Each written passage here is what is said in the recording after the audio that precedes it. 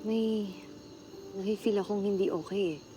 Dahil ba yan dun sa sinabi sa atin ng foster family? Yung tungkol sa kabilang isla, yung na-raid daw?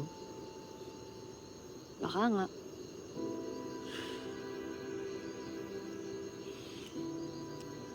Ka nga dito. Harap ka nga sa akin. Magiging okay din ang lahat.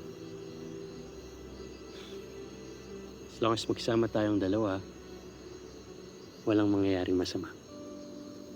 Kaya ipahinga mo na yan, Miss Overthinker. Dahil hindi sanay si Angelito na hindi nakangiti si Sophie. Okay? Ano sabi mo, Miss Overthinker? So, sinasabi mong dalawa yung personality ko? Oo. Hindi lang dalawa. Alam mo, nung nagpa-ulan si universe ng mga mood, sinalo mo ata lahat eh. Akala mo ata para sa'yo lahat yun. Ah, ganon. Umalis ka na nga, Mr. Checkered. Mr. Checkered! Alis na talaga ako. Ito naman, alis nga oh. Biro lang naman. Dito muna tayo, magpalamok muna tayo. Palamok. Sanay na ako sa lamok dyan. Sanay.